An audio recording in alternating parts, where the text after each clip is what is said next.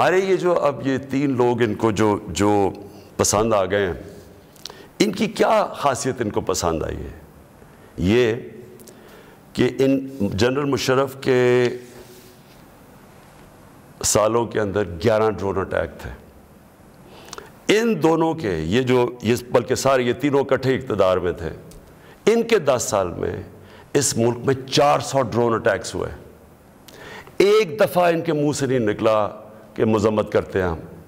حامد کرزئی مجھے یاد ہے افغانستان میں جب ان کے ڈرون اٹیک یا وہاں بمباری سے افغانستان کے بے قصور لوگ مرتے تھے، وہ مذمت کرتا تھا.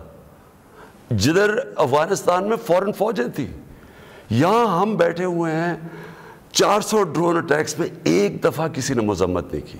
اس لیے ان کو یہ سوٹ کرتے ہیں. مولانا فضل الرحمان کی ایک وکی لیکس کیا تھی کہ ایک جس طرح پیناما پیپرز کا انکشاف ہوا تھا، یہ ایک انٹرنیشنل انکشاف ہوا تھا، لیک ہو گئے تھے سیکرٹ پیپرز یا ڈاکیومنٹس.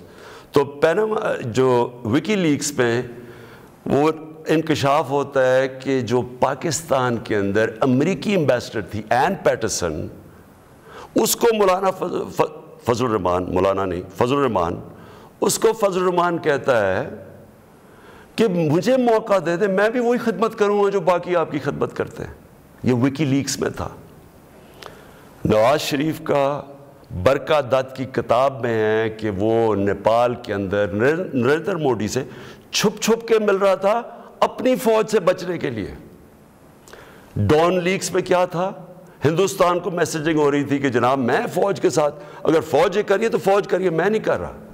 یہ سوچیں، کبھی آپ سوچ سکتے ہیں کہ میرے آرمی چیف کو، جنرل باجوہ کو کوئی باہر کی قوت کہے کہ جی یہ دہشت گرد ہے، اور میں چپ کر کے بیٹھا رہا ہوں اور وہ میری تعریف کرے اور اس کو برا بھلا کہے. جنرل راحیل شریف کو نریندر مودی دہشت گرد کہہ رہا تھا، دہشت گرد کا چیف، اور نواز شریف سے دوستی تھی اور شادیوں پہ انویٹیشن تھی. یہ ان لوگوں کو یہ چاہتے ہیں. آصف زرداری کا باب وڈورڈ کی کتاب کے اندر ہے کہ ان کے سی آئی اے چیف جب ان سے کہتا ہے، وہ کولیٹرل ڈیمیج کی بات کی. کولیٹرل ڈیمیج کا مطلب کہ جب بم گرتا ہے تو بے قصور لوگ مارے جاتے ہیں. تو اس کو کہتا ہے کہ فکر نہ کریں اگر ڈرون اٹیک میں بے قصور لوگ مارے جاتے ہیں، مجھے نہیں فرق پڑتا.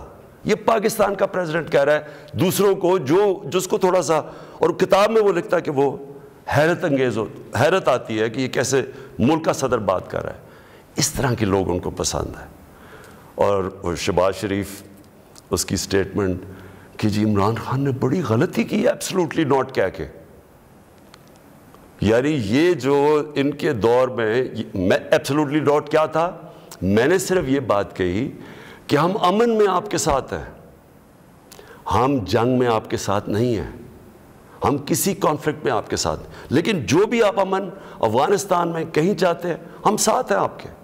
میری پالیسی آپ میں بتاؤں کہ کیونکہ ہم انڈیپینڈنٹ ہیں، یعنی ہم ایک انڈیپینڈنٹ فورن پالیسی چاہتے ہیں، ہماری کریڈیبلٹی ہوتی ہے کہ ہم ثالث کا کردار پلے کر سکتے ہیں.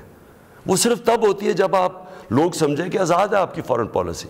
جب لوگ پہلے سے سمجھتے ہیں کہ جی جدھر سے حکم آئے گا آپ نے وہی کرنا ہے، آپ کو اتنی بھی شرم نہیں ہے کہ آپ کے ملک میں بمباری کر رہا ہے آپ کا دوست اور آپ کے لوگ مرے اور آپ اس کو نہیں کچھ کہہ سکتے، کس نے آپ کی کیا کریڈیبلٹی ہو رہی ہے اور دنیا نے کیا عزت کرنی ہے آپ نے.